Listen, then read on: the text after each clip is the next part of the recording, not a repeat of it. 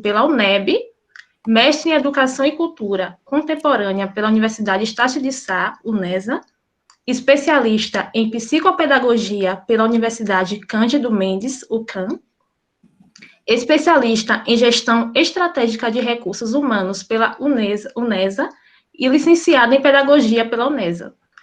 Ele realizou o doutoramento sanduíche no Instituto de Educação da Universidade de Minho, em Portugal, com financiamentos das agências CAPES Brasil e FCT Portugal. É docente e pesquisador do Centro de Ciências Agrárias, Ambientais e Biológicas da Universidade Federal do Recôncavo da Bahia, com atuação na área de educação e no programa de pós-graduação em gestão de políticas públicas e segurança social. Tem experiência nas seguintes temáticas: políticas educacionais, gestão escolar, docência universitária, formação de professores da educação básica, qualidade do ensino, estágio e praxis pedagógica, afiliação de estudantes universitários e educação de jovens, adultos e idosos, em torno dos quais desenvolve ações de ensino, pesquisa e extensão.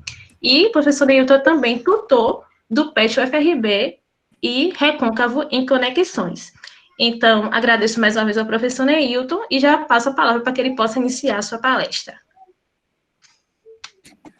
Ok, estou devidamente apresentado, com uma audiência de 49 pessoas, não é? E como de praxe, é sempre oportuno agradecer a oportunidade. Então, agradeço a oportunidade de estar aqui com todos e todas vocês. Eu estou aqui programando de modo que eu consiga ver as pessoas também. As pessoas estão... Ah, mas elas foram orientadas a fechar os seus microfones e câmeras, né? Mas fiquem atentos que eu gosto de, quando eu faço qualquer exposição, eu gosto também de conversar com as pessoas. Então, a qualquer momento, vocês poderão ser convidados ou convidadas a dialogar comigo acerca da temática que nós vamos refletir um pouco no dia de hoje. Bem, é um desafio muito grande abrir um ciclo de palestras, né, do mês de agosto. Quero inicialmente agradecer o convite ao professor Almassi, mas também a todo o grupo, toda a equipe que constitui o PET Socioambientais. Parabenizar pelo trabalho e pelo fato de que, nesse contexto pandêmico, vocês estão se dispondo a levar informação, a trazer diálogos, reflexões sobre temáticas que são caras, né? Sobretudo as questões socioambientais, em um contexto em que tudo tem sido politizado e tudo tem sido obscurecido, né, na tentativa de que determinadas medidas difusas, obscuras, contraditórias, ideológicas passem, né, conforme vocês já devem ter tido a oportunidade de ouvir, inclusive a partir de membros do governo, né, quando o seu próprio ministro do Meio Ambiente, em uma reunião ocorrida no dia 22 de abril do presente ano, disse: olha, vamos correr para que a boiada possa passar, e com isso, tudo que diz respeito ao meio ambiente, e aí não é o que diz respeito para melhorar ou para combater os agravos, os impactos, mas flexibilizar medidas, mecanismos de regulação e controle, né, com vistas à abertura das fronteiras para o livre capital, né? E poderíamos dizer para a mercadorização do meio ambiente. Então, provavelmente, vocês devem ter tido a oportunidade de ouvir sobre isso, apesar de ser meio estarrecedor e preocupante por todos nós. É uma discussão que a gente não pode perder de vista, e o olhar acerca de posições dessa natureza precisa ser absolutamente crítico, não dá para ser diferente, tá? Então, procedidos os agradecimentos, eu vou agora fazer uma partilha de tela, vou pedir à Marília que, assim que estiver vendo o que eu estou mostrando, por favor, me sinalize.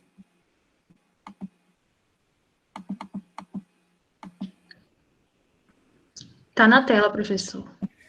Ok.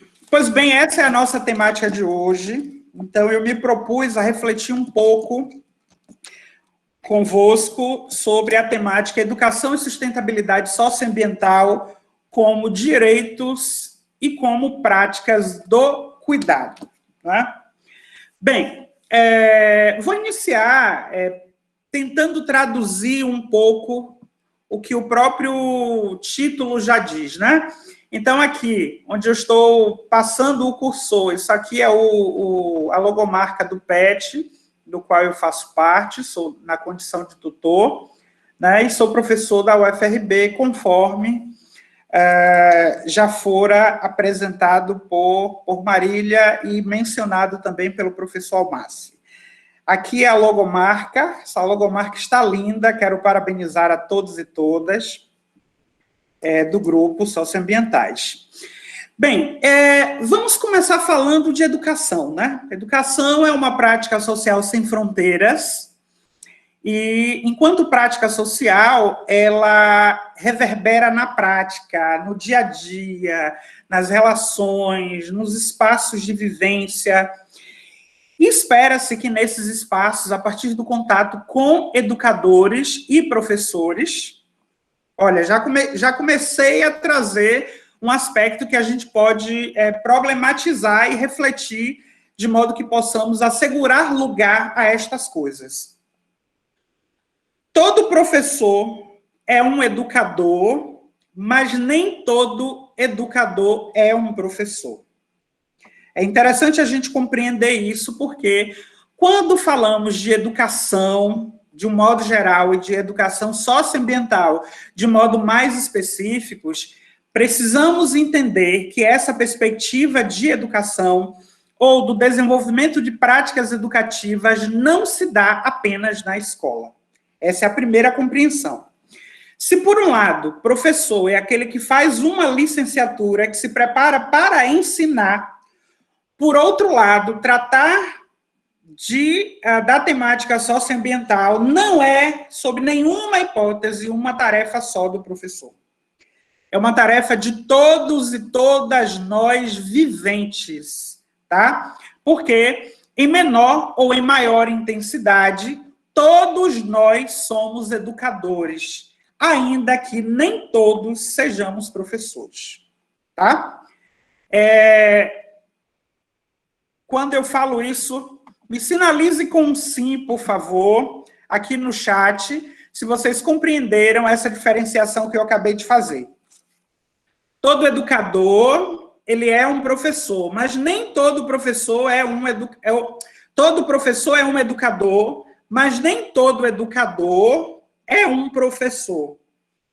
Tá, isso é importante deixar claro no sentido de dizer, olha, o professor é aquele que se forma numa licenciatura. Entretanto, o padre é um educador, o ambientalista é um educador, o líder comunitário é um educador, o petiano ou a petiana é um educador, o tutor é um professor e é um educador, tá?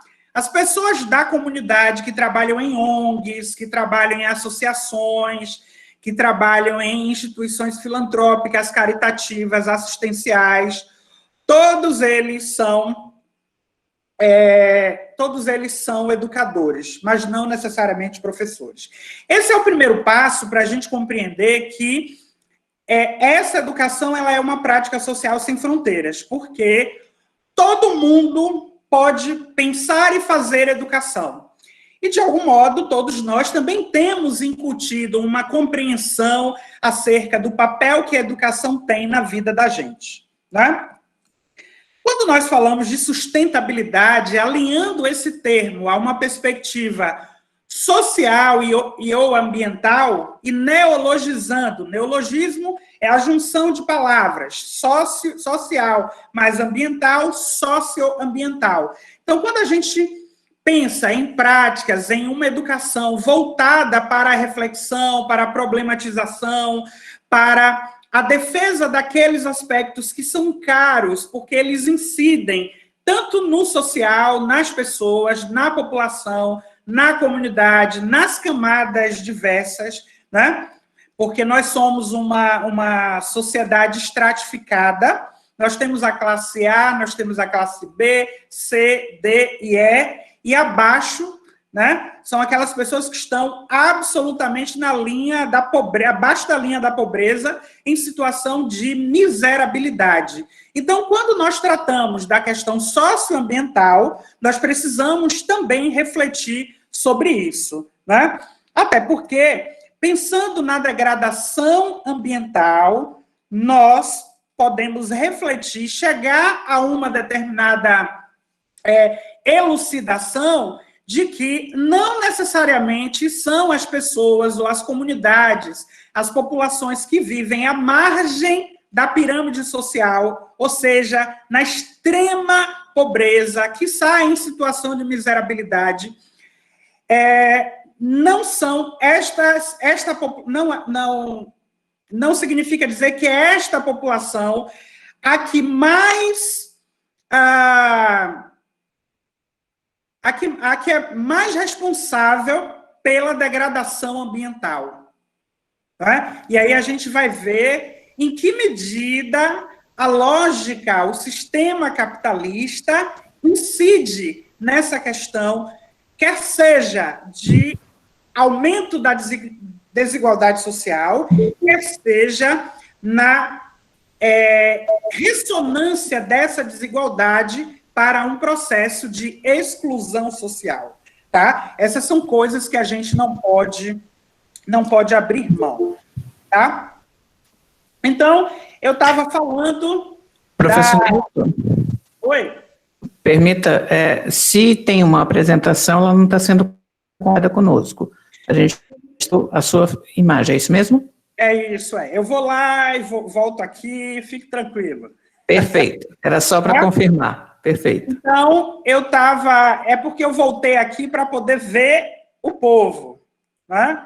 E para ver também o chat, porque eu fiz uma pergunta se as pessoas compreenderam a diferença entre professor e educador, tá? Isso é muito importante. Por quê? Porque quem está na universidade, ou quem trabalha numa empresa, quem trabalha numa ONG, todas essas pessoas assumem, ou podem assumir, no que diz respeito à abordagem das questões socioambientais, a posição ou a condição de educador, ainda que não sejam professores, tá? E aí, estou voltando aqui para a apresentação. Então, essa questão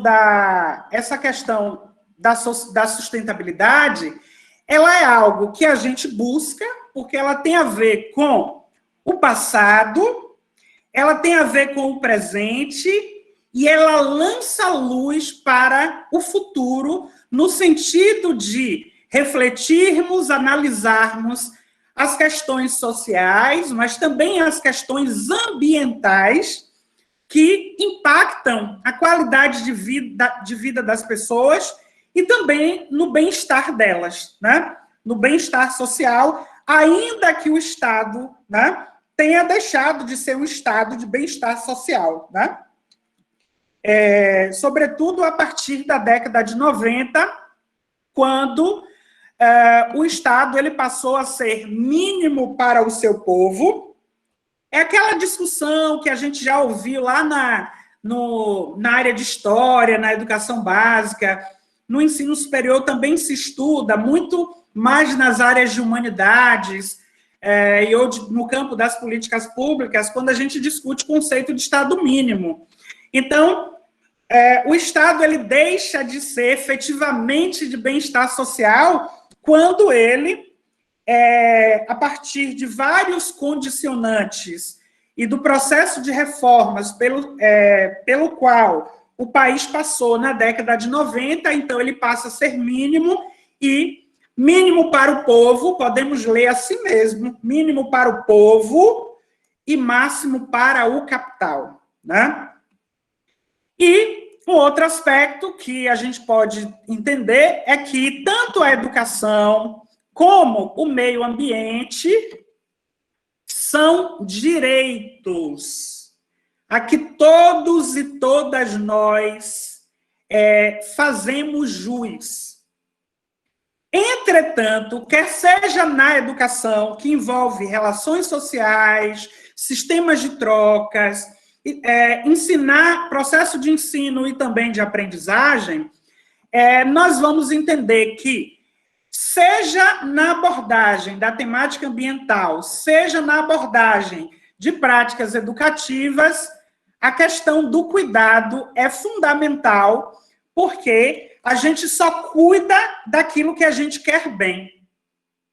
Então, se vocês perceberam, eu acabei traduzindo aqui qual é o que quer dizer o título dessa minha fala de hoje. E agora eu vou avançar para 6 dimensões, ou 6 aspectos, se assim vocês desejarem, para que a gente possa dar a sistematicidade e engrossar o caldo dessa nossa conversa de hoje. Pois bem, o primeiro aspecto que eu gostaria de discutir, né, por seguinte essa explicação prévia que eu dei, é que a dimensão ambiental ela é uma questão glocal. Bem, glocal é um neologismo, tá? Alguns autores vão dizer que o planeta, que a sociedade, que essa sociedade em processo de globalização, que se acirra o tempo todo, ela é uma aldeia global. Então, tem autores que vão defender essa perspectiva de aldeia global, e na questão ambiental é muito comum a gente ouvir a questão, esse termo glocal, que tem a ver com local e tem a ver com global, ou globalização.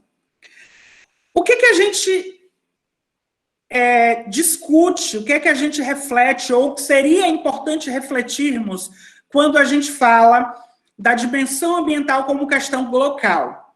Significa dizer que o que afeta o planeta em contextos mais longínquos, se nós pensarmos nos 5 continentes, o que acontece lá reflete aqui. Reflete no seu bairro, reflete na sua cidade, reflete na sua região, reflete no seu país.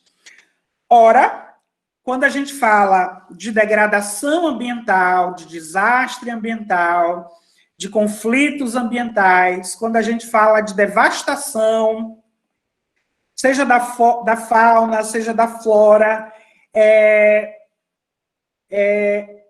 a gente precisa pensar que esses agravos, eles afetam a biodiversidade, e todas elas, a biodiversidade marinha, o cerrado, o campo, a cidade, os rios, as matas ciliares, etc. Então, afeta tudo, mas só isso? Não. Não, por quê? Porque o que está em jogo nessa perspectiva é a exploração acelerada, e poderíamos dizer que em progressão geométrica, né, dos recursos naturais, sejam eles renováveis ou não renováveis. Então, quando a gente pensa que o esgotamento dos recursos pode gerar impactos ambientais, a gente precisa ampliar essa nossa compreensão, de modo que a gente possa compreender que esses agravos, esses impactos, eles também se dão na perspectiva social.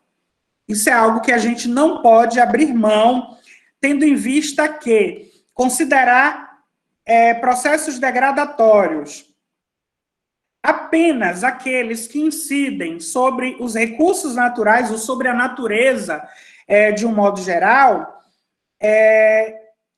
significa uma visão reducionista, simplista, rasa, acerca do modo como nós compreendemos essa dimensão ambiental. Por quê? Porque a gente, assumindo uma visão restrita dessa, a gente tira daqui essa dimensão sócio. E quando a gente tira a dimensão sócio, a gente perde de vista a exploração do mundo do trabalho, a ausência, a exploração da força de trabalho, a mais-valia, a acumulação de capital para uns e não para outros, considerando que estes outros,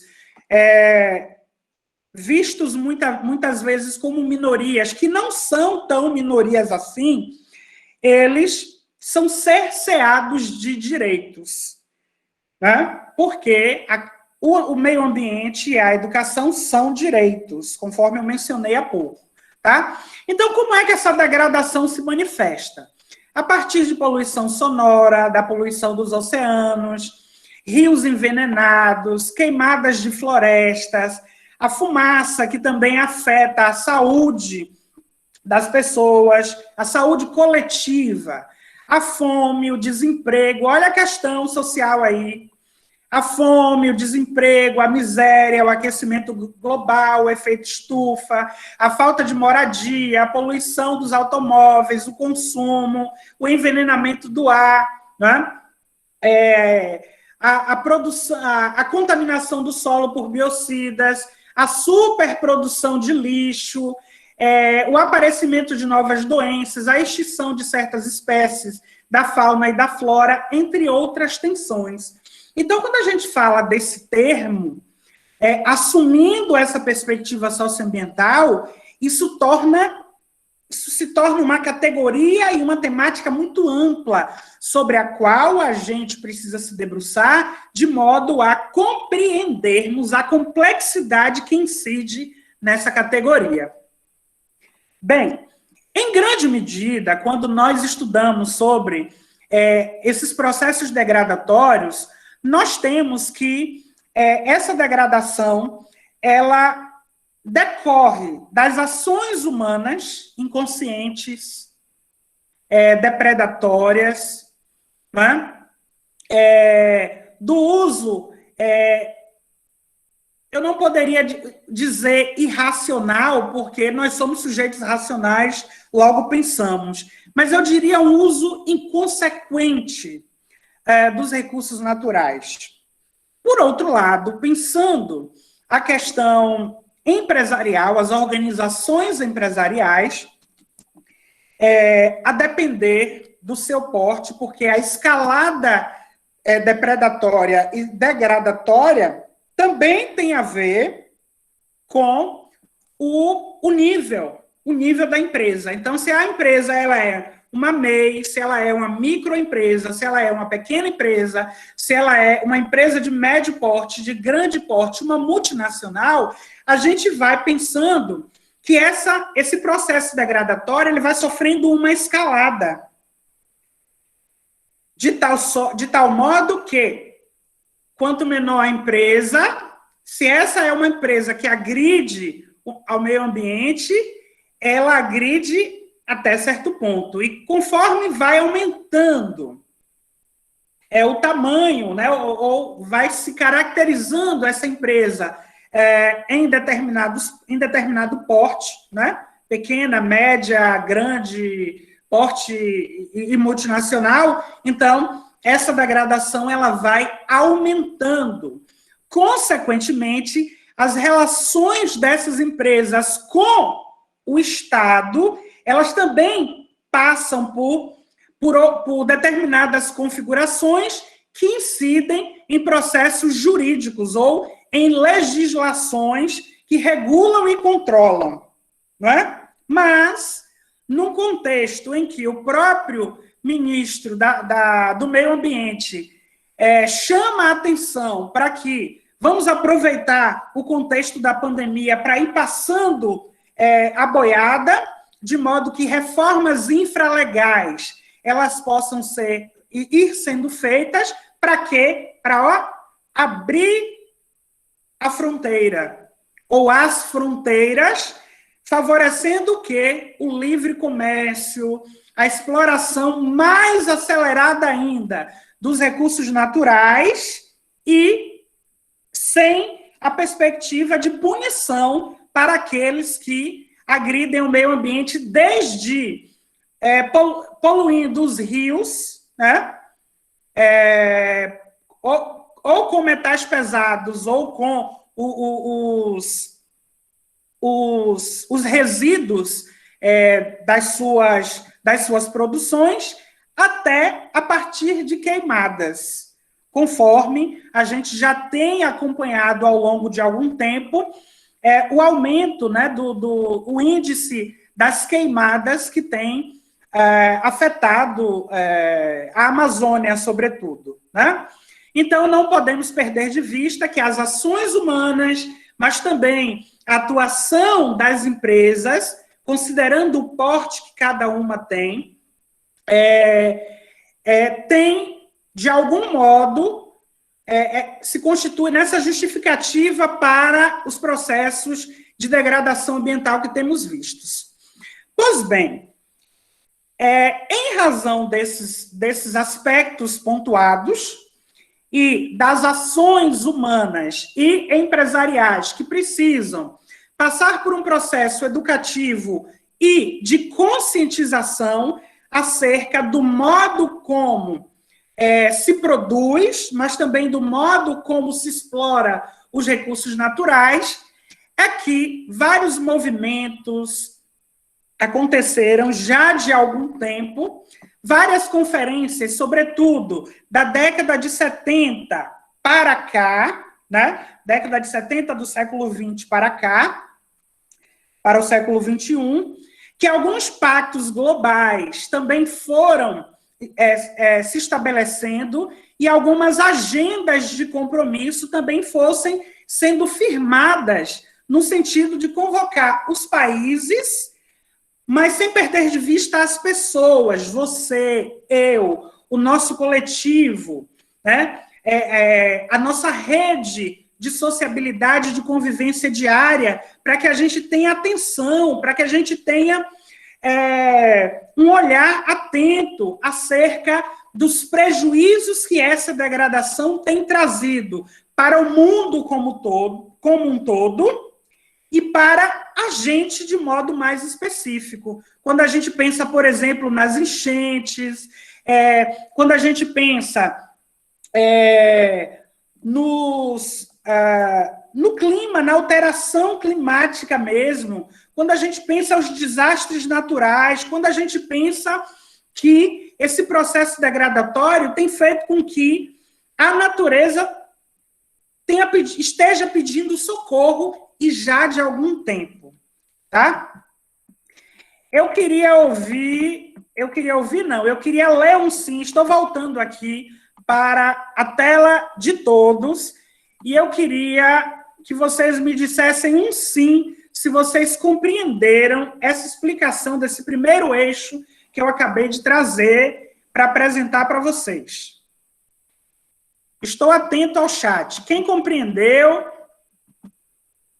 diga sim. Quem não compreendeu, abra o áudio agora e me faça uma pergunta. Vixe, está todo mundo entendendo, eu estou didático. Olha, a Ana Carolina está dizendo, sim, muito bem explicado. Ana Carolina, eu quero ver você agora.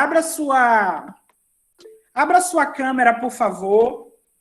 Ana Caroline, de S. Santos, boa noite. Ana Caroline, você foi tomar café e deixou a gente aqui?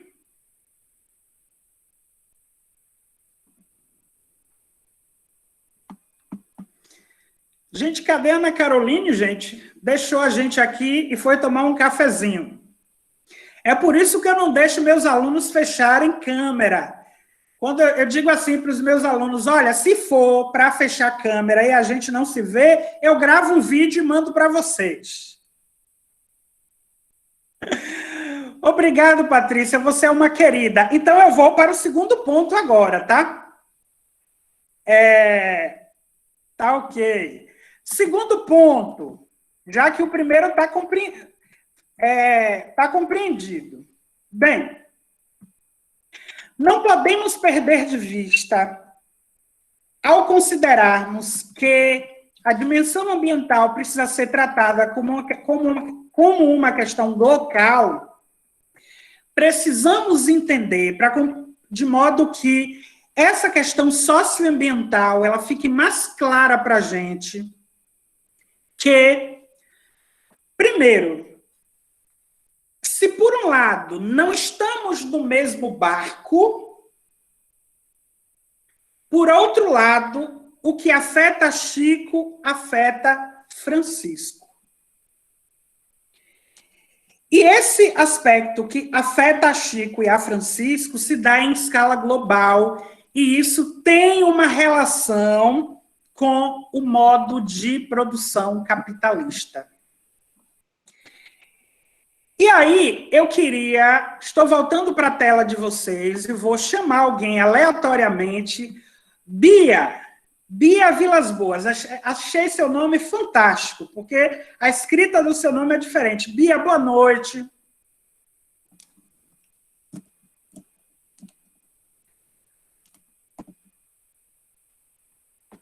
Bia.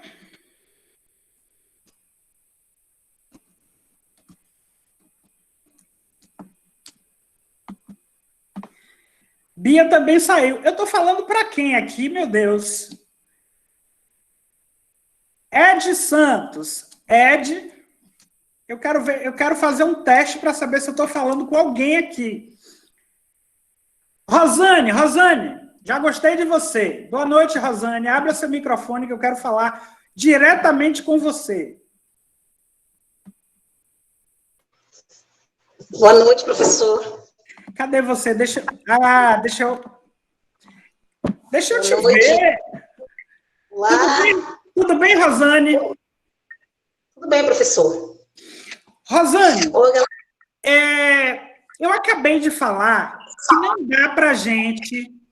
não dá para a gente pensar na questão ambiental sem considerarmos a globalização. Por que você acha que a gente não pode desconsiderar a globalização quando a gente fala das questões ambientais ou socioambientais? Por que, professor? À medida que o homem vai evoluindo, a gente tem os confortos.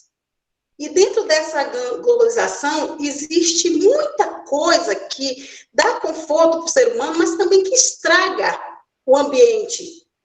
À medida que a gente vai crescendo, à medida que o mundo vai tendo essa proporção de a gente, como seres humanos, estamos acostumados a ter tudo do bom e do melhor. Só que, muitas vezes, nós esquecemos de cuidar do ambiente. E, às vezes, essa nossa irresponsabilidade de consumismo faz com que a gente deixe nosso planeta, nosso ambiente da forma que está ficando, né?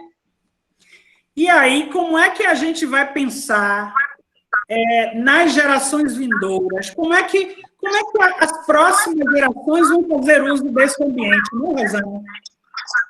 Se a gente degrada, se a gente não tem o cuidado ao fazer uso dos recursos naturais de forma desenfreada e avassaladora, não é? Olha, eu acredito que nós, como seres humanos pensantes, temos que usar o ambiente de forma responsável. E o consumismo também, essa coisa toda, e ter uma forma de levar essa conscientização para as escolas, desde a educação infantil, né? Porque não adianta chegar lá na faculdade, na universidade, para conscientizar. Eu acredito que isso tem que ser desde a educação infantil. Concordo. Rosane, você é massa, e eu queria que você chamasse uma pessoa das 64 que estão aqui. Deixa eu ver Veja a uma lista. pessoa aí, chame para que ela fale um pouco sobre o seguinte: em que medida a globalização impacta a cultura do consumo, né? Ou os hábitos de consumo? Que relação tem a globalização com os hábitos de consumo? Convide alguém aí para falar sobre isso agora, Rosane, por favor. Certo, obrigada, professor. Eu que agradeço.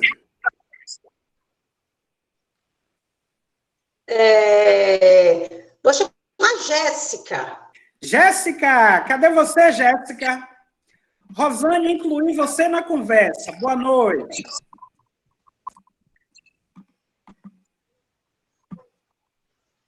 Cadê Jéssica, gente? Jéssica. Jéssica Teixeira. Jéssica Teixeira deve estar comendo cuscuz.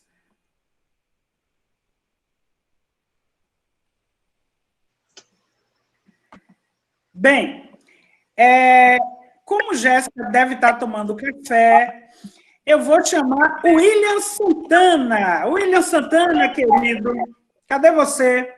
Habilite seu microfone, por favor. Oi. E deixa eu ver você. Tudo bem? Boa noite. Boa noite, Tudo bem, muito professor? bom. Muito Satisfação. bom ter você aqui nesta noite conosco. Eu estava batendo um papo com a Rosane, e aí de Rosane foi para a Jéssica deve estar tomando um café, eis que estamos aqui. Na sua perspectiva, William, que também já foi um petiano, é licenciado em Biologia, e atualmente faz licenciado em Biologia na nossa casa, na Universidade Federal do Recôncavo da Bahia, e hoje faz mestrado em Ciências e em Ciências e Matemática, né? Isso, Educação em Ciências e Matemática. Educação em Ciências e Matemática na UESC, no sul da Bahia. William, que relação, na sua perspectiva, há entre globalização e hábitos de consumo? As relações... Acredito que a gente pode fazer uma série de relações, né? Desde o aspecto simbólico até o aspecto mais prático.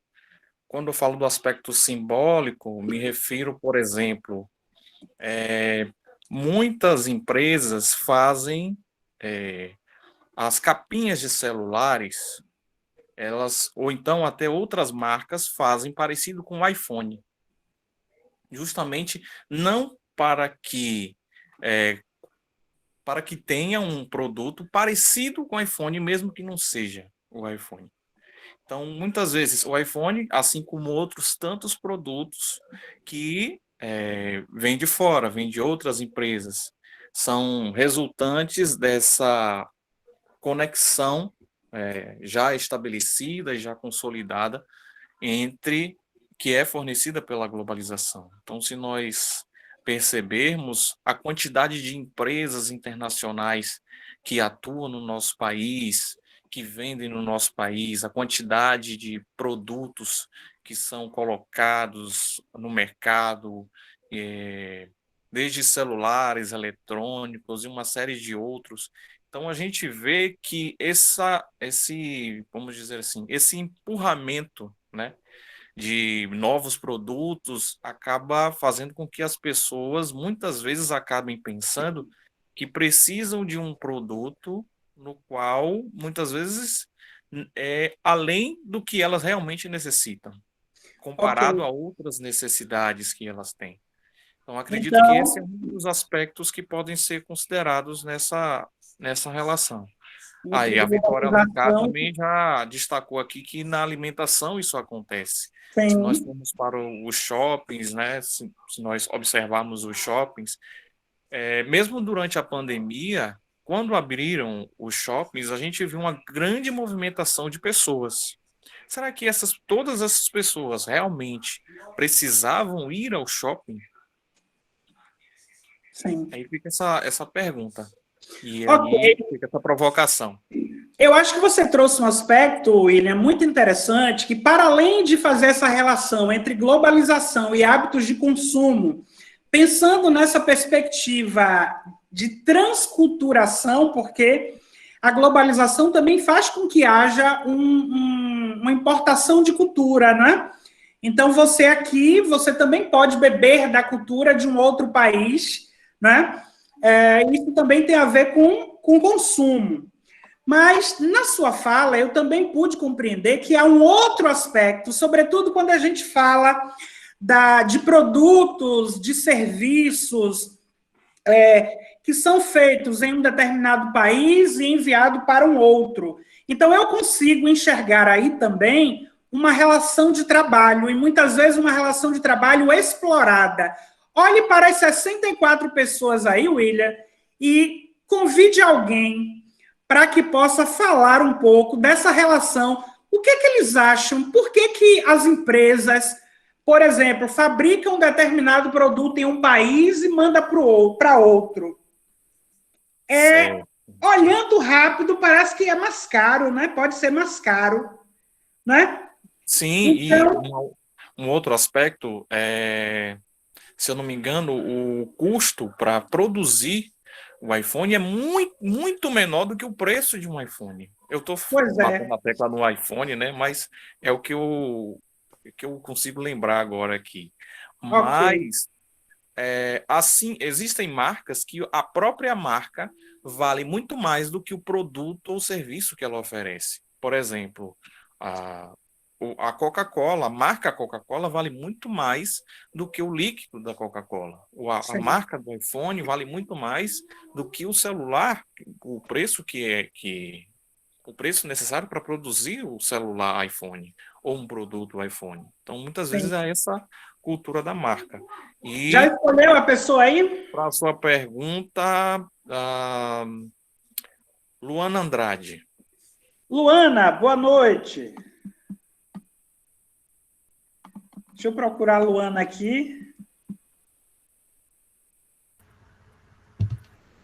Boa Luana noite. Andrade, boa noite. Cadê você, Luana? Tudo bem? Tudo bem? Veja, o William, ao falar da questão da globalização e dos hábitos de consumo, né?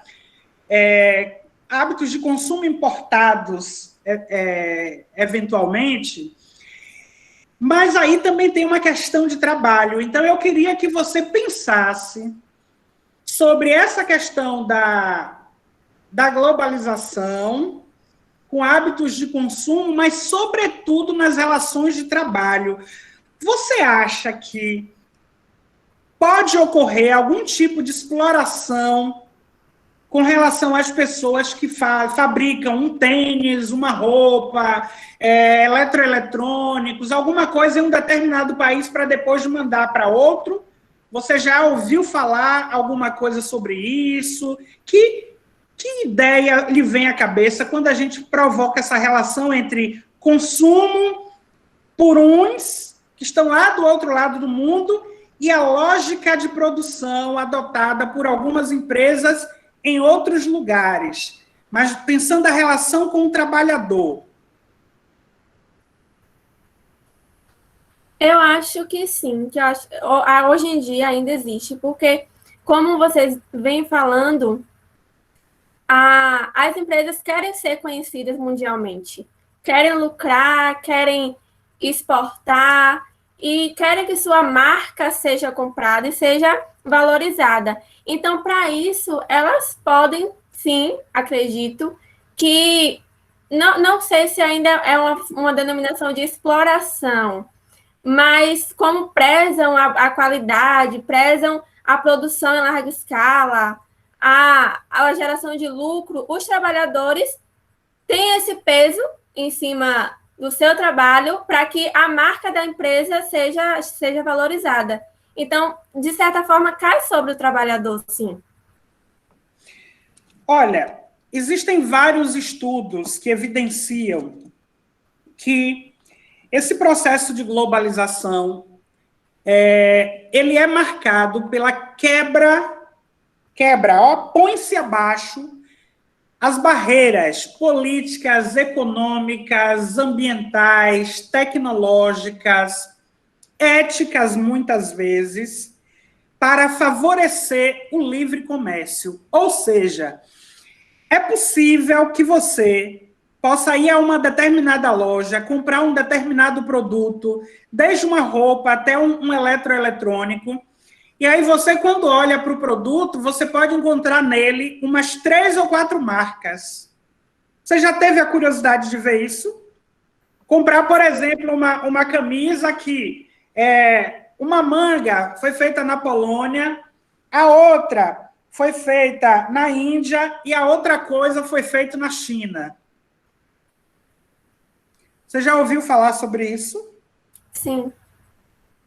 Pois bem, isso está contido na lógica capitalista, na lógica perversa e exploradora, né? Que tem se feito historicamente, porque nós sabemos que o capitalismo ele sempre procura uma forma de se ressignificar, não é? E isso se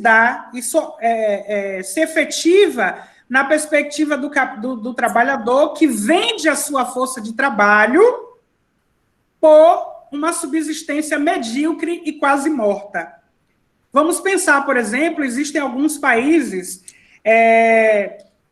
no Japão, por exemplo, tem pessoas que trabalham lá 14, 18 horas a fio.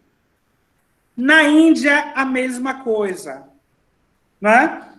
Então, esses agravos ao trabalhador, ele é refletido numa perspectiva em que ele produz alguma coisa que é enviado para um outro país ou outros continentes, e isso que ele produz, muitas vezes, ele não tem condições de usar. Existem trabalhadores que produzem um determinado artefato, acessório ou produto. Ele produz, mas ele não tem condições de comprar para que ele possa utilizar. Você já parou para pensar sobre isso? Sim, sim. O que dizer, Luana, o que dizer de um trabalhador da construção civil que é assalariado, que ele atua na perspectiva do acúmulo de contribuição, do acúmulo do capital de grandes empreiteiras, mas muitas vezes ele não tem condições de construir a sua casa. Ele faz casas bonitas, ou prédios, ou apartamentos, condomínios, para outrem, mas ele não tem condições de deixar a sua casa arrumada, a sua casa bonita. O que você diria sobre isso, Luana? Infelizmente, é a desigualdade, né, que a gente vê hoje em dia ainda muito clara, muito objetiva. As pessoas têm que trabalhar, elas têm que se manter, mas, como o senhor falou, muitas vezes elas trabalham em meios, em lugares, para pessoas que elas têm uma desigualdade muito grande nessa relação. Elas não podem deixar de fazer isso, porque é a sua subsistência, mas presenciam um mundo muito diferente do que elas estão trabalhando, no qual elas estão trabalhando. E para quem elas estão trabalhando? Muito massa, gostei de você, Luana. E eu queria que você indicasse uma pessoa para fazer uma análise. Um aspecto que você trouxe agora, que é muito caro quando nós falamos da questão socioambiental, é a desigualdade no processo de trabalho, na cultura do consumo, que leva pessoas a contribuírem com a sua força de trabalho para alavancar o capital de outrem, de algumas pessoas acumularem o capital, mas elas não têm condições de de consumir, muitas vezes o básico. Então, pensando nessa palavra desigualdade, olha, não sei se vocês já perceberam, mas eu estou conversando com as pessoas e estou extraindo um tema gerador da conversa e indo para um outro tema. Então, quem você indicar agora, Luana, vai analisar uma imagem e vai falar de desigualdade. Indique uma pessoa, por favor, Luana. Deixa eu procurar aqui.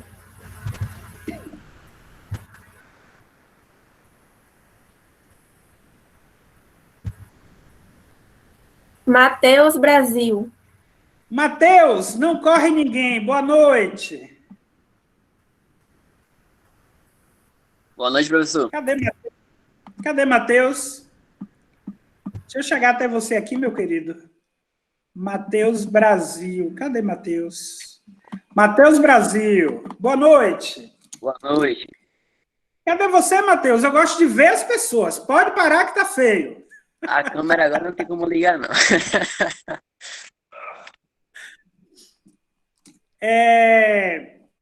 Matheus, eu vou agora te mostrar uma imagem. Matheus? Oi, estou ouvindo aqui. Tá, eu vou te mostrar uma imagem e eu gostaria que você comentasse essa imagem, Matheus. Ok. Eu gostaria que você analisasse essa imagem aí. É uma imagem muito recente, que circulou e tem circulado pela internet. E eu gostaria que você analisasse essa imagem considerando a questão da desigualdade social, que também é ambiental, socioambiental, da qual Luana mencionou agora. Quando você olha para essa imagem, Matheus, o que lhe vem à cabeça? Quando eu olho essa imagem assim, eu sinto que da pessoa que fez isso com ele, tipo assim, que fez essa atribuição com ele da ração, acho que há um falso senso de superioridade. É vindo dela. Entendi. Na sua perspectiva, Matheus, será que essa pessoa ela é um morador de rua? Essa pessoa é uma moradora, né? Ou, no caso, esse senhor, ele é um morador de rua porque ele quer ou porque, às vezes, existem condições que levam as pessoas a não terem um lar, a não terem condições de subsistência, e elas acabam aí.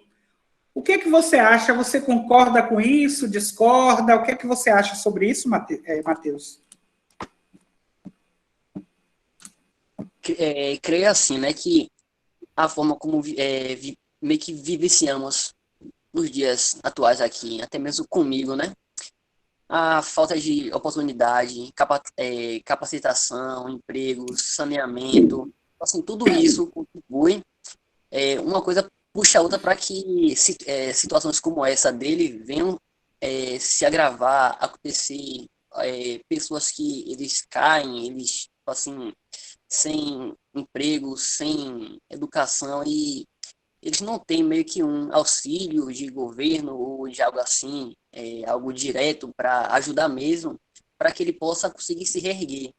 Então, é uma sociedade que pensa muito em si, ela é muito voltada para o ego próprio, e eu creio que, assim, as pessoas, quando elas estão em patamar alto, assim, sempre que elas podem, né, elas meio que bancam aquela pose de que está ajudando, mas sempre postando no Insta, postando no Facebook.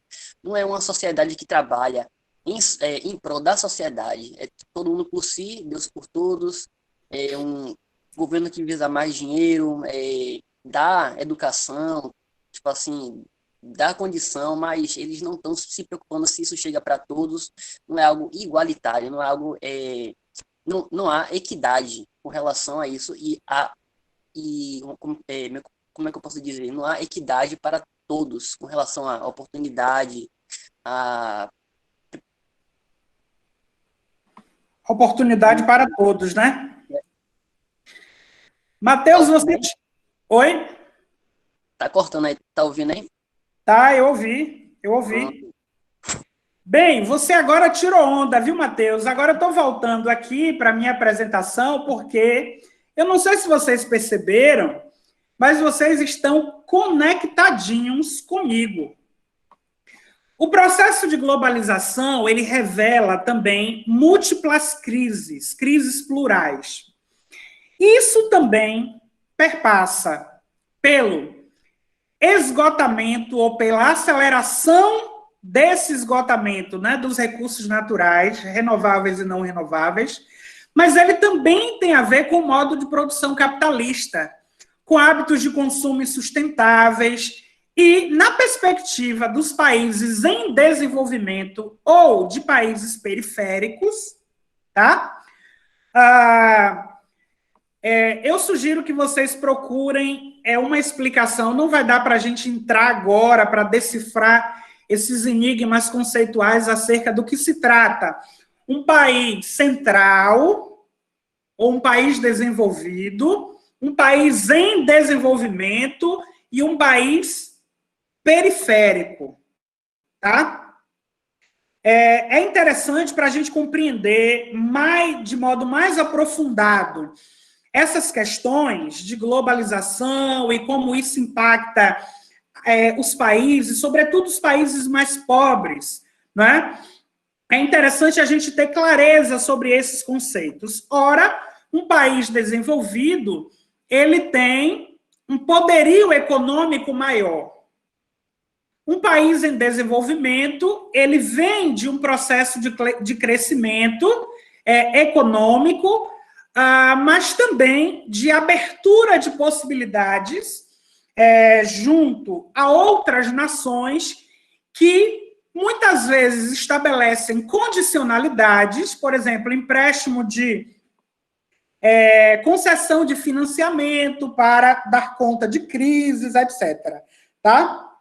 Então, isso tem a ver com essa expressão aqui, que é uma expressão da década de 70, que se aplicou no mundo, mas também no contexto brasileiro. Tá? Essa expressão neo tem a ver, é um prefixo que designa novo, significa novo, então ajuste de um novo liberalismo. Então, nós sabemos que no liberalismo clássico, nós temos o papa do liberalismo, que é Adam Smith, né?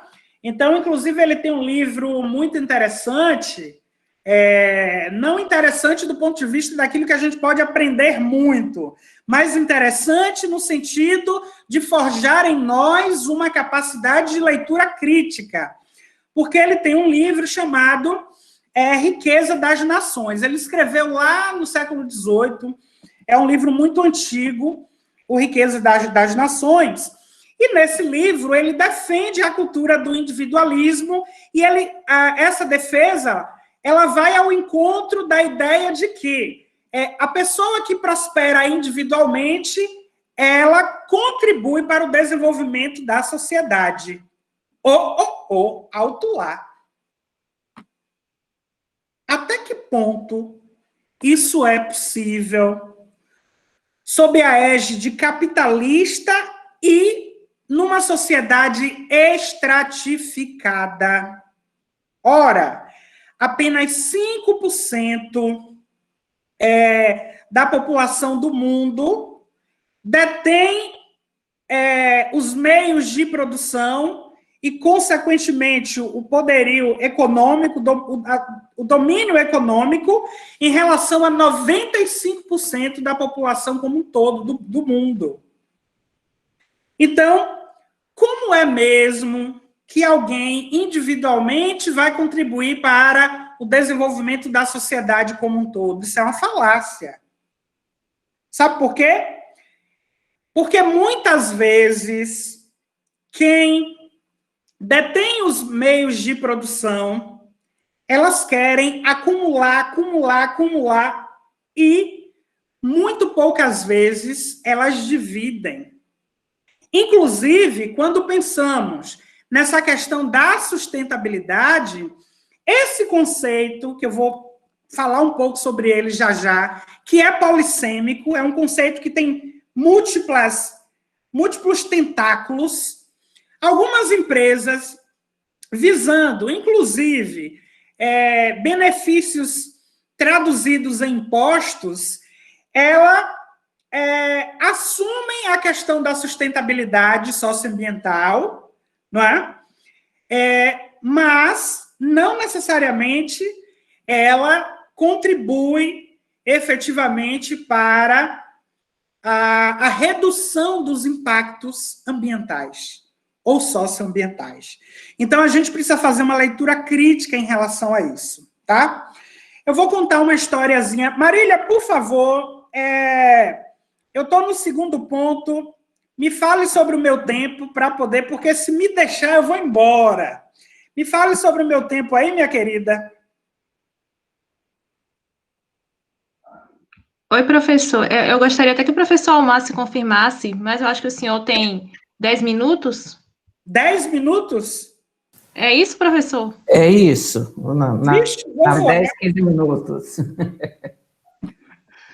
Bem, então, esse ajuste neoliberal, ele aconteceu, né, na década de 70, estendeu até a década de 90, a partir de alguns condicionantes que alguns organismos internacionais estabeleceram para países periféricos que precisavam de uma ajuda para se reerguer em função da crise capitalista que aconteceu na metade da década de 70 do século XX. Né?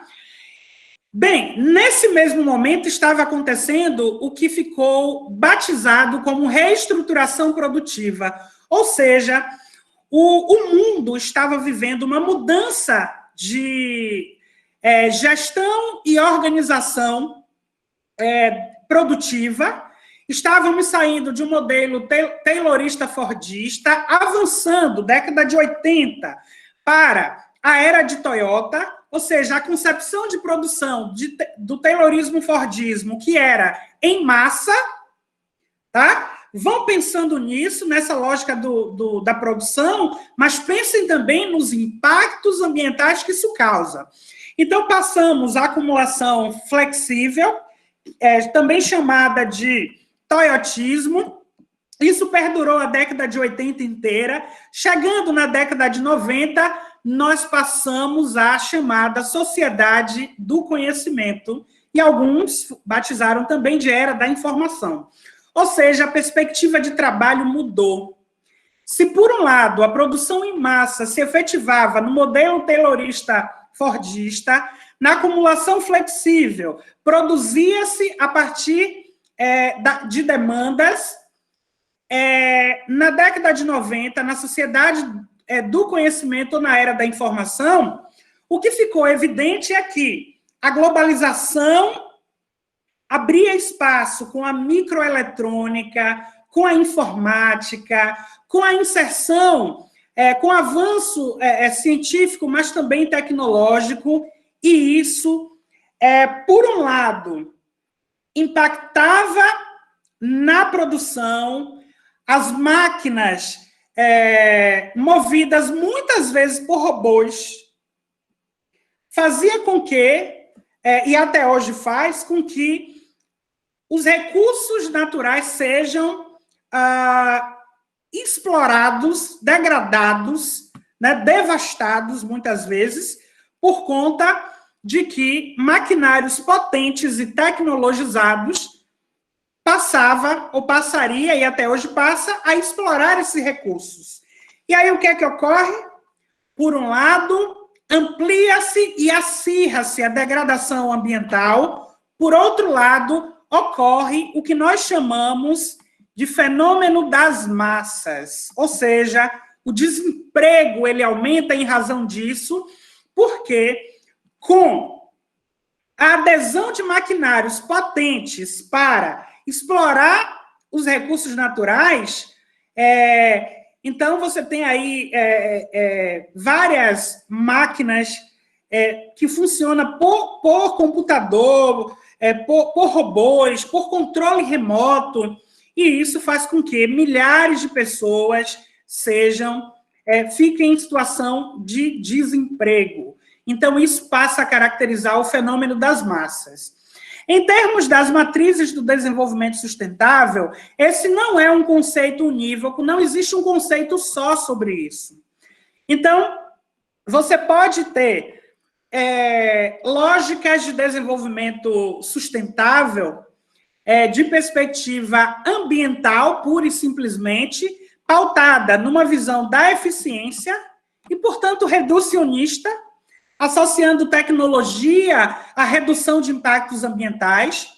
Você pode ter uma lógica de desenvolvimento sustentável, pautado na autossuficiência, que supõe um retorno a como éramos antes do processo de globalização, com cultura desde o escambo, da troca, da produção de subsistência, e, numa perspectiva mais dialética, nós temos uma concepção de desenvolvimento sustentável, numa perspectiva socioambiental, que é aquela que combina a economia,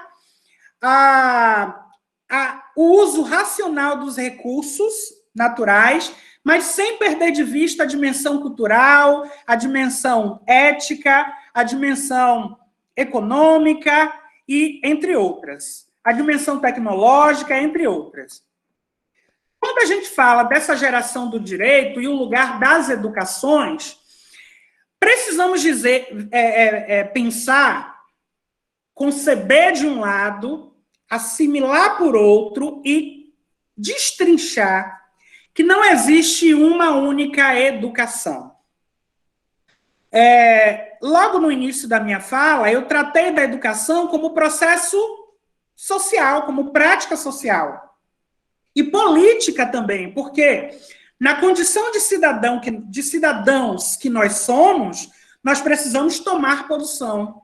Nós precisamos analisar a realidade e intervir criticamente sobre ela. Porém, quais as educações que me permitem fazer isso? A primeira é pensar que a educação é um direito.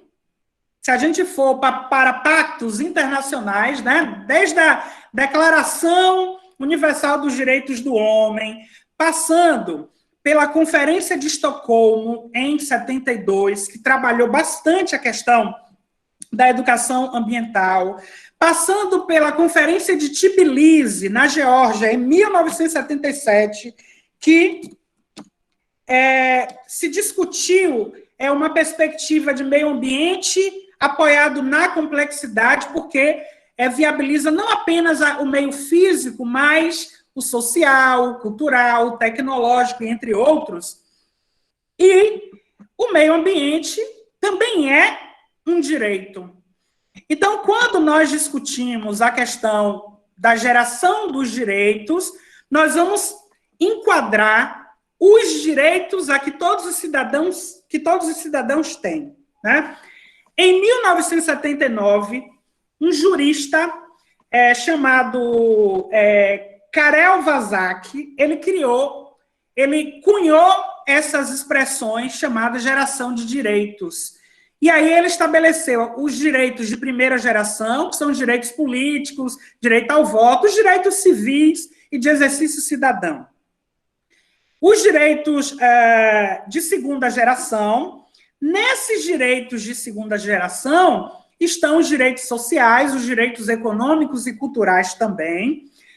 Os direitos de terceira geração, nos direitos de terceira geração, que são direitos transindividuais, que a questão ambiental se insere. E aí dentro dos direitos de terceira geração, nós temos o direito à paz, o direito à comunicação, à autodeterminação, as ameaças, a discriminação racial, o trabalho, né, em relação a essas questões que não afetam apenas o Brasil, por exemplo, mas o mundo todo. Por exemplo, agora, o mundo tem experienciado aquele movimento de vidas negras importam. Então, não apenas no Brasil que a gente discute essa questão dos direitos de minorias e o respeito à diversidade, mas no mundo todo. E aí, avançando um pouco mais, nós temos algumas educações que nos ensinam a lutar. É preciso saber como. Então, nós temos a educação formal, que é a perspectiva de educação que ocorre nos espaços do saber constituído, nas escolas, nas universidades, nos institutos, etc. Nós também temos a educação não formal, que é aquela que ocorre no mundo da vida. Então, para a gente ter clareza do que significa essa educação ambiental, essa educação não formal, é a educação dos movimentos sociais, é a educação do movimento social ambientalista, do movimento de mulheres, do movimento de pessoas com deficiência, do movimento LGBT, de todos os movimentos existentes. Então, esses movimentos, eles não são escola e não são universidades. Então, eles trabalham numa perspectiva de educação não formal. Foi por isso que eu fiz aquela diferenciação no início de que todo professor é um educador, mas nem todo educador é um professor. Ora, os movimentos sociais também discutem as questões de educação e de reivindicação de direitos. E nós temos também um outro tipo de educação que não é menos importante, que é a educação informal, que é aquela que ocorre nos espaços costumeiros de exercício de vida cotidiana, a exemplo da família, a exemplo da igreja, entre outros espaços. Portanto, quando falamos de educação, faz-se necessário nós compreendermos de qual educação a gente está falando. É educação formal? É educação não formal? Ou é educação informal, que é aquela de casa, a educação doméstica? E aí, por onde começar? A gente começa pensando no cuidado como modo de ser do homem. E quando a gente pensa no cuidado como modo de ser do homem, a gente pensa que é preciso cuidar de nós e cuidar do outro ou dos outros. Pensar no próximo. Quando a gente fala no cuidado como modo de ser do homem, vem à tona expressões de virtude, como empatia, solidariedade, urbanidade, altruísmo, entre outras virtudes, né? Participação também, para a gente defender e defender temas, pautas que são caras para a gente. E o cuidado, ele é uma dimensão social e que espera-se que se expresse de forma coletiva. É o que está acontecendo hoje no mundo inteiro em relação à Covid, principalmente com aqueles países que apoiam os outros, a exemplo da produção de vacinas, etc. Diferente de um certo país que tem comprado todas as vacinas do mundo e deixado aqueles países periféricos, né? Nessa lógica do país desenvolvido, em desenvolvimento e periférico. Então, o país em desenvolvimento, um certo país que todo mundo aqui conhece, que tem comprado as vacinas todas que já estão na terceira fase de testes, sem se preocupar minimamente com outros países que não têm condições de comprar essa vacina. E aí a gente entende que se esse cuidado ele faz parte dos modos de ser do homem, mas que se estende às nações, nós entenderíamos, portanto, que a crise socioambiental ela afeta o mundo, por um lado, mas, por outro lado, que a produção de vacina seria um bem público, um bem comum a todas as nações.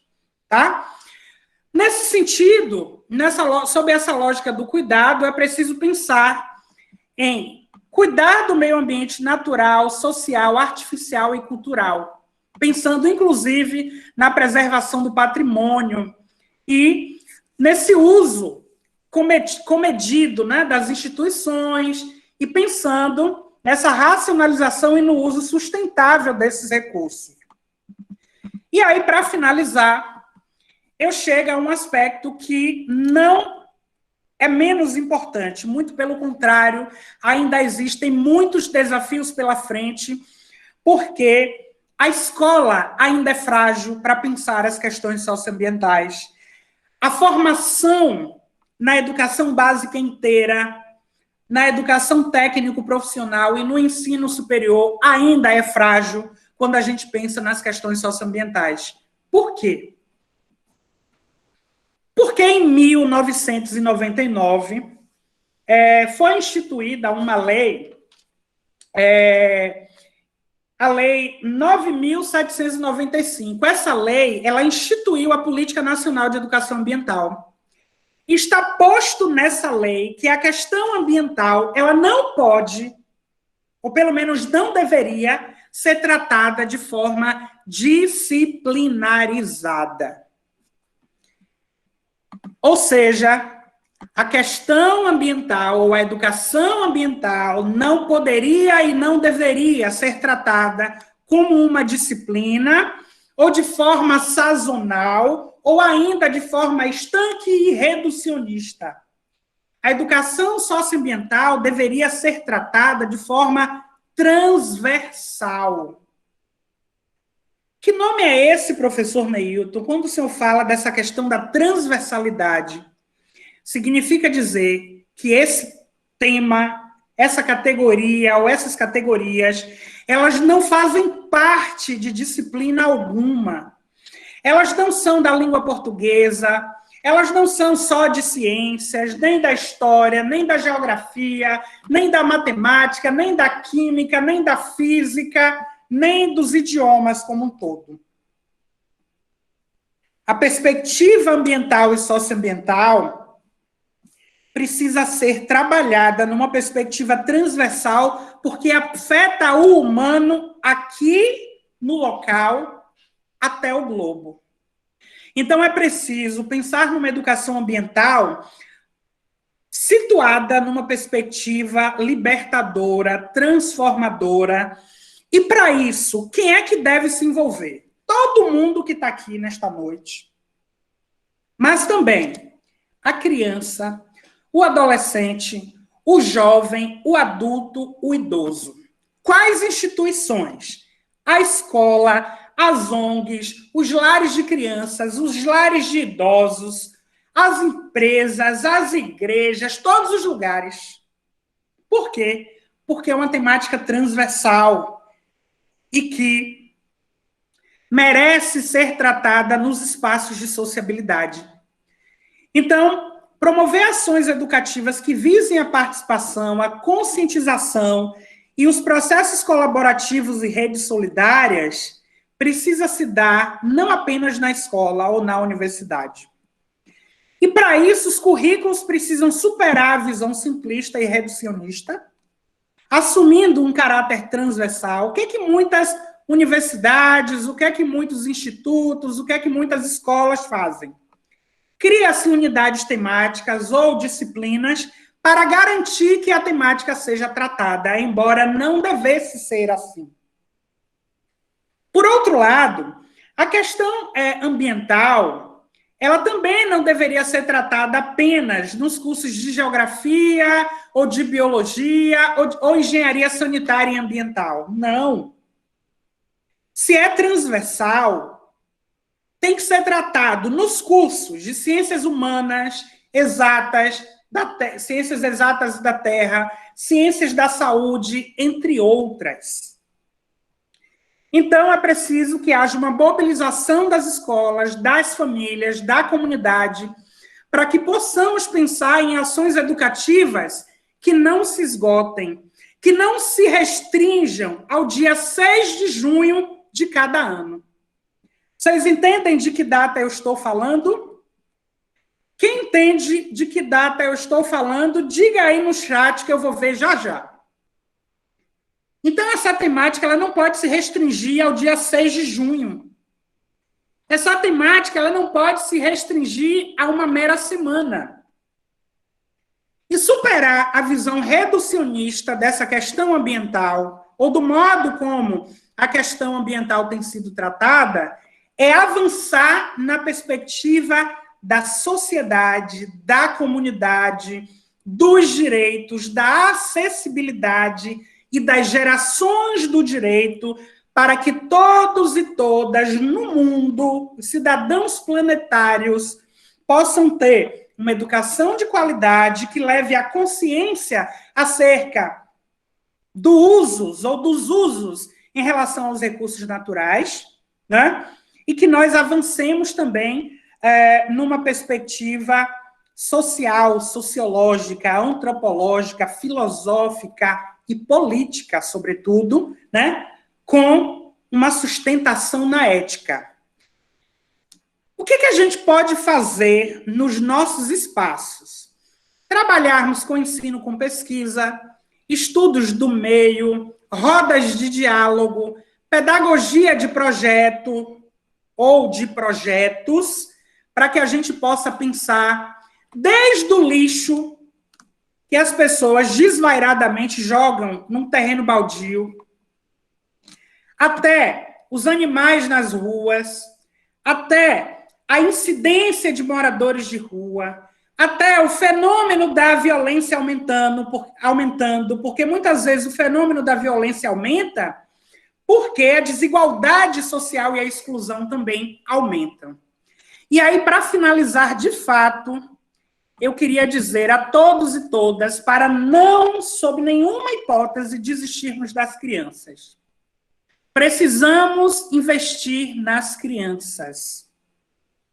Tá? Mas, para isso, esse movimento ele é combinado, ele é situado e ele é interativo, ele evoca relações sociais, porque as crianças só serão pessoas ativas nessa perspectiva de construção de um mundo melhor e de valorização da dimensão socioambiental se elas enxergarem em nós, adultos, exemplos para seguir e para construirmos um futuro melhor, uma vizinhança melhor, um bairro melhor, uma cidade melhor, uma região melhor, um país melhor e um mundo em que todos nós tenhamos condições de viver em plena qualidade de vida. Obrigado a todos e a todas pela escuta.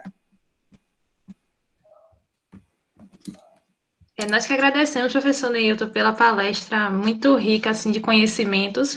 Eu agora, devido ao horário, já vou começar a passar os comentários e os questionamentos, certo?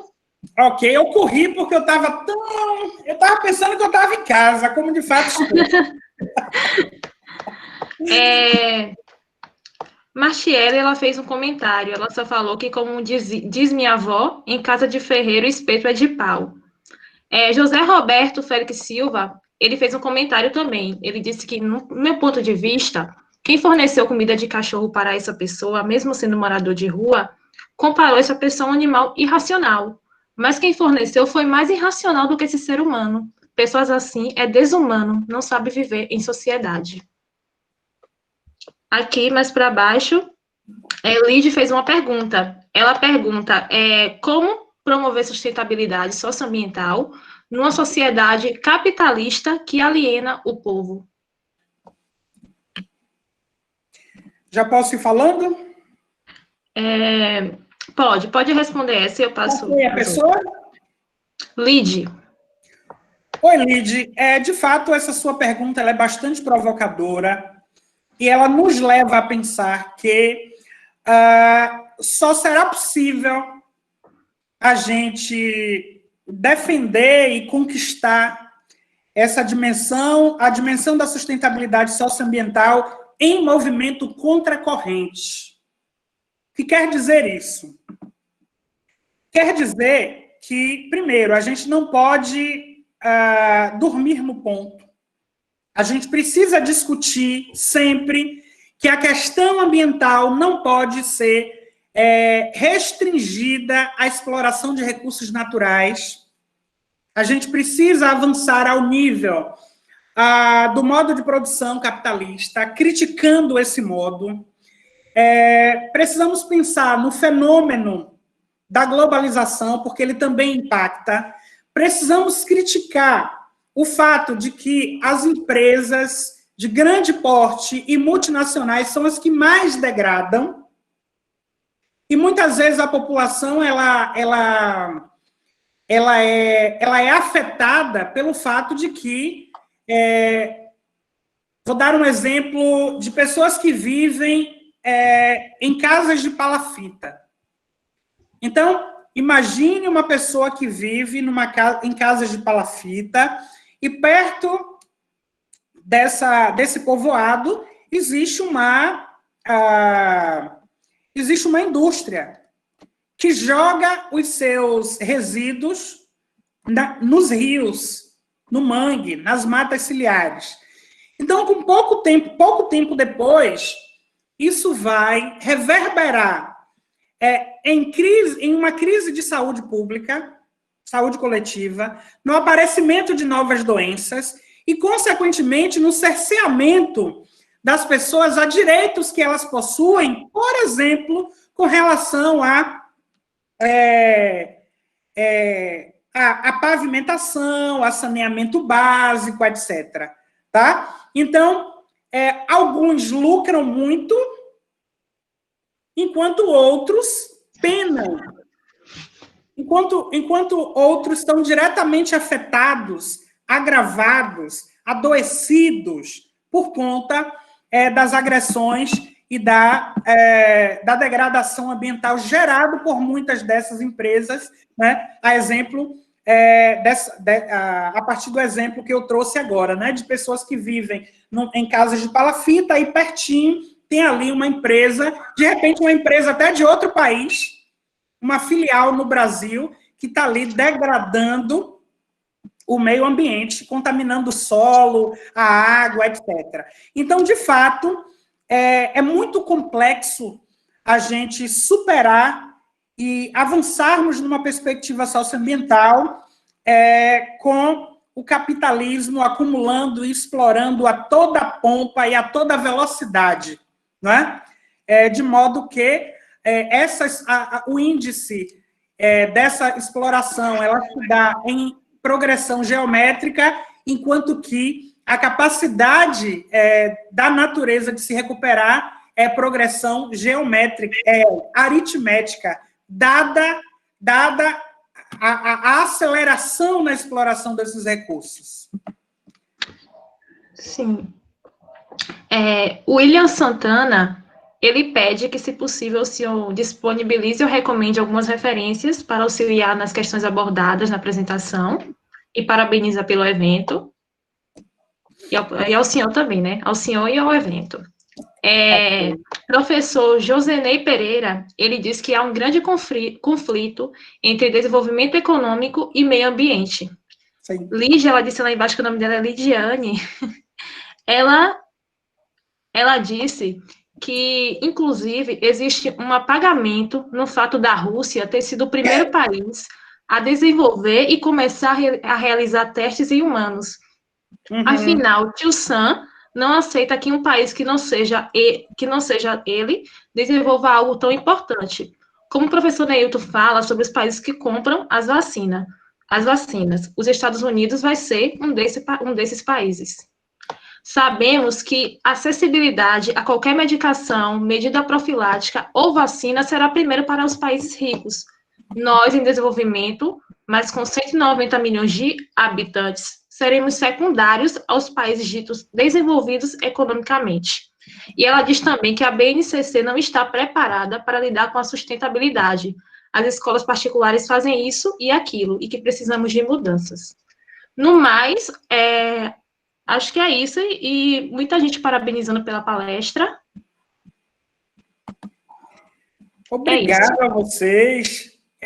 William, meu caro, nós temos um conjunto de autores que trabalham nessa...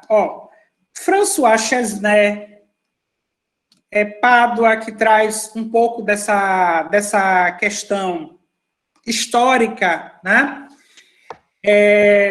Das questões ambientais. Na perspectiva da educação, nós temos Mauro Guimarães, Pedrini, Jacobi, nós temos também Sobral, Para pensar a questão da sustentabilidade, nós temos Henri Axelrad Leroy e Pierre Leroy, que traz essa questão das matrizes da sustentabilidade na perspectiva da equidade, do retorno ao passado e também numa perspectiva mais da equidade, né, socioambiental. Vitor Novick, tá? Depois, se você mandar um e-mail para mim, eu posso disponibilizar algumas referências nesse sentido. Inclusive, eu vou sugerir ao PET Socioambientais que construa uma aba no site para construir lá uma biblioteca. E construindo aos poucos, então, temas de sustentabilidade, e aí coloca um conjunto de autores ali. Temas de educação ambiental, explicação do termo socioambiental. Então, é uma dica que eu dou ao PET Socioambientais para que vocês, pela natureza das temáticas que vocês trabalham, é interessante que vocês escolham um conjunto de textos de modo a constituir um repertório a partir da perspectiva que vocês defendem, tá? Eu acho interessante porque aí dá suporte para as pessoas. No mais, eu quero agradecer a oportunidade, eu estou aqui super à vontade, eu estou em casa, tá? Fiquei muito feliz pelo convite, né? Eu considero que essa minha estada aqui nesta noite se dá numa perspectiva de colaboração interpet, né? Uma vez que eu também sou tutor de um grupo, e aí eu posso, de fato, considerar o PET Socioambientais como um parceiro de jornada quando o assunto é educação de qualidade, dimensão socioambiental, processo formativo crítico, dimensão política e ética para pensar essas questões que envolvem democracia, acesso a direitos e gerações de direitos. Então, eu quero agradecer, Marília, a sua condução, ao professor Almácio também pelo convite, e às pessoas que estão aqui até agora, pacientemente ouvindo esse professor etno-afro-brasileiro. Obrigado a todos e todas. O professor Márcio vai fazer alguma consideração? Quero só reforçar os agradecimentos, a participação de todos. Acho que abrimos a edição de agosto de forma brilhante. Agradeço ao professor Neilton por todas as colocações, reflexões que realmente são muito relevantes e que a gente tem que levar em consideração. Também acho que a sugestão dada, né, de referências de uma biblioteca, indicação, né, de uma biblioteca dentro do nosso site, só vai engrandecer e enriquecer o trabalho que a gente realiza. Vamos acolher a sugestão com muito carinho, professor Neilton. Muito obrigado pela sugestão colocada. Quero reforçar só que na próxima segunda-feira, 10 de agosto, teremos, então, o tema Mudanças Climáticas, uma tecnologia sustentável em benefício do agricultor rural, com a nossa engenheira agrônoma e mestre em Ciências Agrárias, Jaqueline Alves Borreira, que também é egressa do PET Socioambientais. Marília, se você quiser fazer o encerramento final, eu só agradeço a todos. Muito obrigado. Eu também gostaria de agradecer a todos, gostaria de agradecer novamente ao professor Neilton pela palestra, dizer assim que nós também, do PET Socioambientais, nos colocamos à disposição do senhor e do PET também, do qual o senhor faz parte, para tudo que precisar. No mais, é somente isso, é só agradecer mesmo a todo mundo. E uma boa noite a todos, né? E até a próxima segunda-feira. Ok. Boa noite. Tchau. Tchau, tchau.